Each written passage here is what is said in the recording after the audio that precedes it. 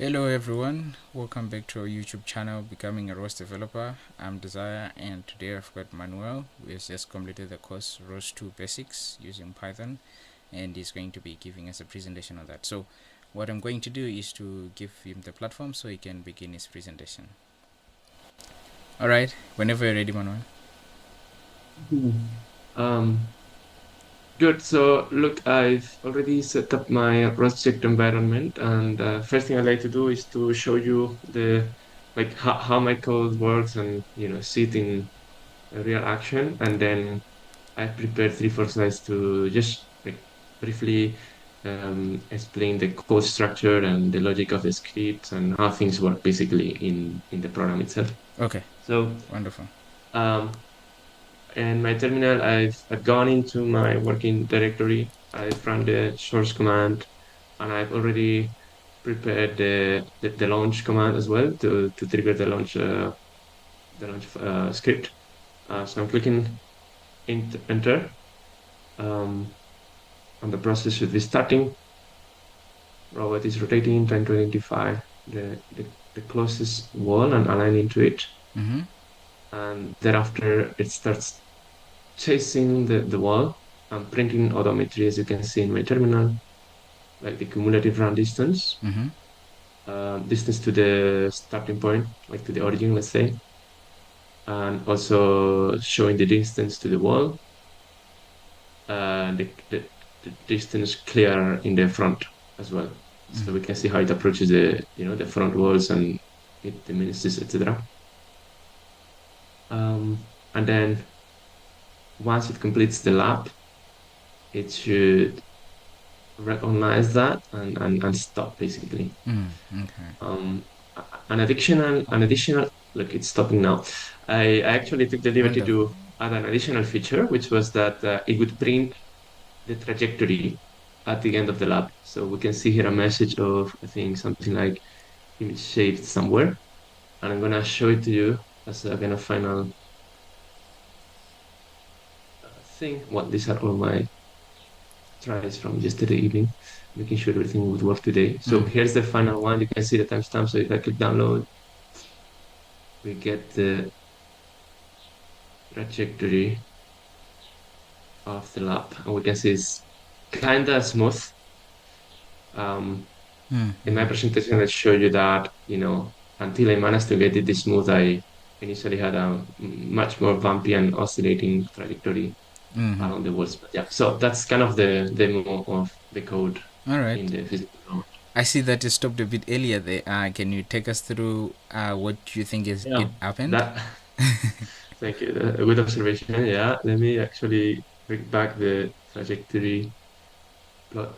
Let's see this one. So yeah, basically this is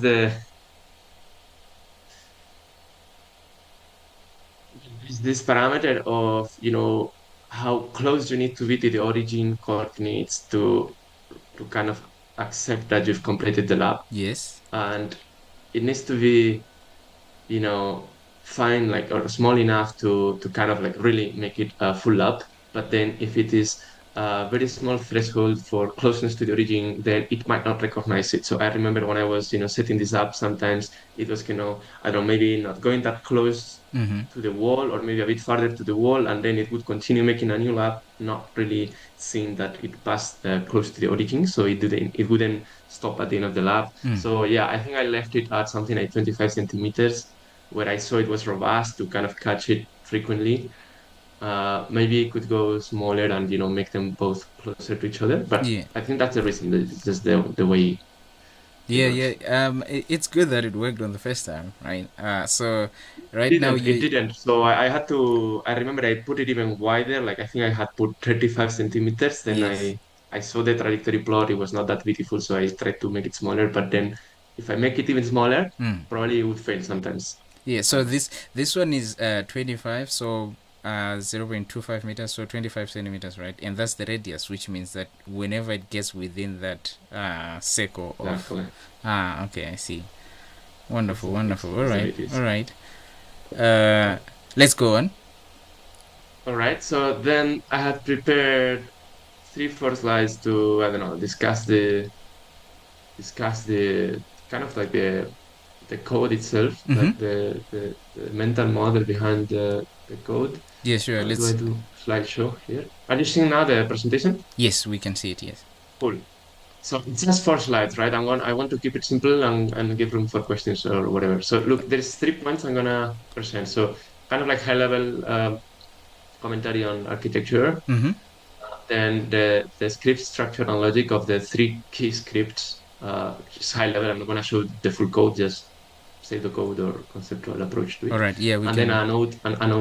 then a note on multi-threaded execution, which is relevant Yeah. and Okay. kind of builds on the previous ones.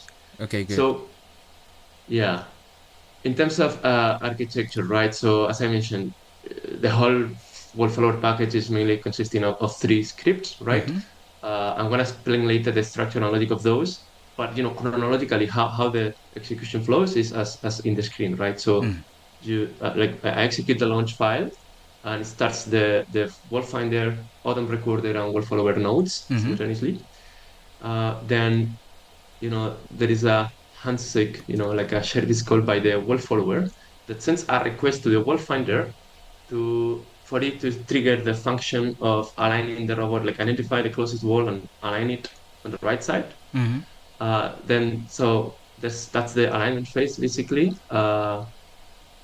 And then when this is completed, it sends back a response to the wolf follower saying, "Hey, alignment is complete." Mm-hmm. Once that's happened, then basically the wolf follower um, uh, triggers the action goal, and basically the autumn recorder starts working and starts recording autometry. Mm-hmm. It captures the initial position of the robot kind of sets it as 00 origin. After the odometry functionality is triggered, then the active navigation starts. So the wolf follower, leveraging the lidar measurements and via a PD controller that I'll explain later, kind of Mm-hmm. Okay. starts chasing the wolf all along. Uh, Important now. So this is happening concurrently with the Autumn recorder that's tracking odometry and sending feedback Mm. all along the way. I'm printing in the terminal all those odometry metrics that I was showing before. All right. Can you explain a bit Then, more how you oh, managed to yeah. get it to happen concurrently? Yeah, so in fact, we can jump to final section. I had it here. Like Oh, okay. the No thing worries. is, So you had uh, okay. Let's follow your order. It's okay. yeah. So yeah, then basically as we have the Odom recorder running in the background, as it sees that the robot kind of passes close by again to the origin, that identifies it as the loop closure, and then the the code basically shuts down, and the plot script runs and saves an image with the trajectory. So Mm. that's the high level flow. Yep. Now a little of detail on each of the three scripts. So there's the wolf finder, as I mentioned, the wolf follower script, and then the Odom recorder, like those kind of three nodes or scripts. And Mm. then D would be the plot lab. That's irrelevant, let's say, but it's the one I created to display the trajectory. Yeah. Yeah. Still very So useful. Yes. yeah, exactly. So wolf finder, it's basically it's a service server node that basically prepares the robot to start the wall following by aligning it on the right side to the closest wall. Um, I already introduced here that it's using multi-thread executor, Mm-hmm. which is critical because otherwise, like this contains a while loop that if it couldn't be on a multi-thread executor, it would basically block the CPU and then it wouldn't work basically. So it like basically this multi-threading allows the node to continue receiving like scan data and identify what it is in the rotation of looking for the wall without basically freezing. So yeah, basically it orientates itself to find like towards the closest wall. It approaches the wall and then rotates back to leave it on the right side, basically, and then sends a message of completion. Mm. Okay. So here, I believe finding the wall, right? Wall finder has to run before anything else, right? So can you explain in more detail why you needed to have that run in a multi-threaded capable system? Because A Yeah, service yeah, in yeah. any way will always block, right? So we know that. So, and we know that there's nothing else that's supposed to happen before we find the wall. So give us a bit more detail there. Yeah.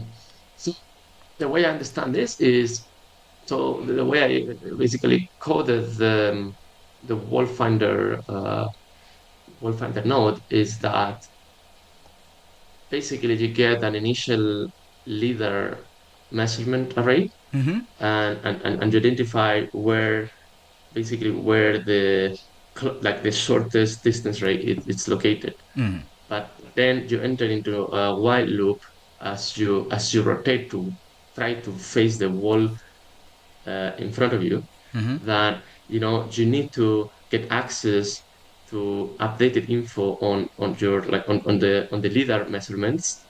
And if you are within that loop and you aren't able to access the basically uh, the topic of the leader, basically. So to kind of like that loop is kind of constantly looking, okay, what am I facing?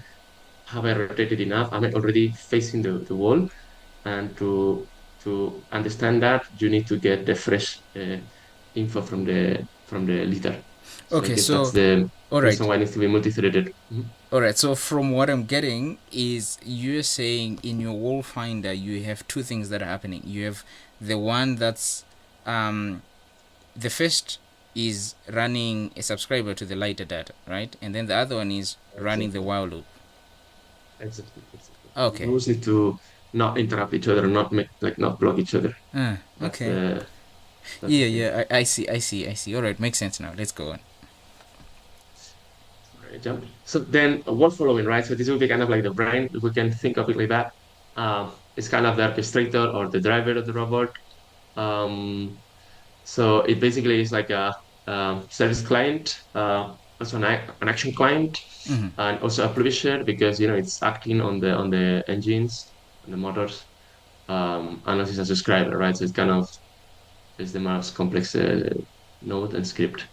Then, so the logic, at start, it calls the find wall service, which we just described. Mm-hmm. Once that service responds with the message of completion of the alignment, then the wall following triggers the action server that is named record odom to start recording odometry, and that will kind of stay in the background all along the way until that completion. Now, interesting fact of the way I implemented the following is I've kind of coded a PD controller. So basically, this is the core algorithm of order navigation. It's kind of every time in the loop, it's kind of like an infinite loop where it's looking all the time. If my front lead array is it clear by Mm-hmm. more than 35 centimeters, then no obstacle. I can kind of continue my motion forward. Um, if that logic is kind of clear, then basically it's looking at how far am I from the wall and how far am I compared to my set kind of target distance, which I think I set it to 28 centimeters, Mm-hmm. and that error is what the PD, the proportional differential controller is looking at Mm-hmm. on a very high frequency, and then it's reacting to that to try have the robot as smooth as possible in the target trajectory following the circuit. Mm-hmm. What made Um, you not fully commit to using a PID? well, look, first I started with just like a kind of proportional Okay. approach Okay. where, kind of like very basic, how far am I from what I should be? And, but Yes. then it kind of became kind of very aggressive in the way it kind of turned a lot and became a bit not nice, the trajectory. And it worked, by the way, but I said, look, let's try make it a bit nicer. And I Um. went a bit step forward and I said, okay, maybe the PD allows me to, slow down when it's approaching and make it look nicer. Mm-hmm. And and then I stopped there. I was kind of happy with it. Mm-hmm. I thought about the integral component, but if I'm not mistaken, I'm not sure if it suits the use case in that there's no cumulative error. We're not deviating more and more Right. from what Right. we should be. So I Yes. thought actually maybe it doesn't even make sense. So that's why I didn't explore more. Yeah. Yeah. So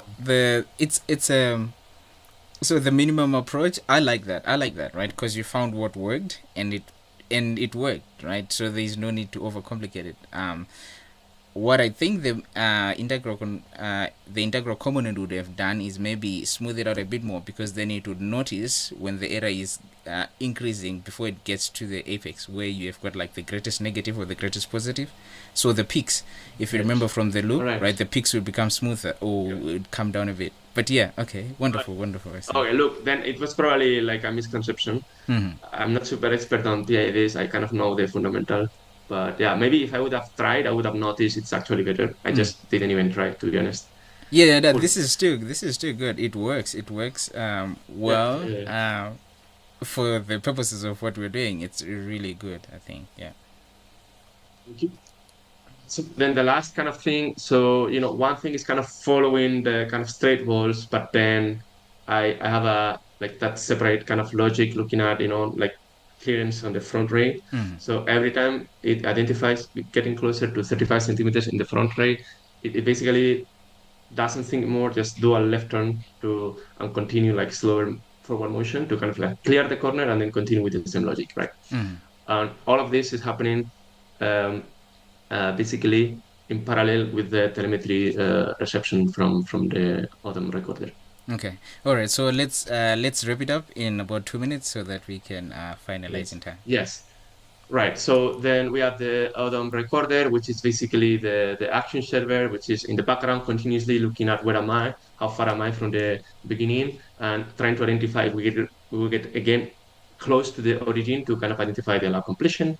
And then out of curiosity, I created a plotter script that basically looks at a CSV with all of the trajectory points and then saves it as an image. Mm. Multi-thread execution, as we discussed briefly in the past, like basically um, like there would be instances where the CPU gets blocked by some while loops that prevent the nodes from accessing fresh information from the leader, radar, or the odometry. Mm-hmm. So that basically forces you to find, um, but you need. I don't think there's a solution without multi-thread executors. I don't know.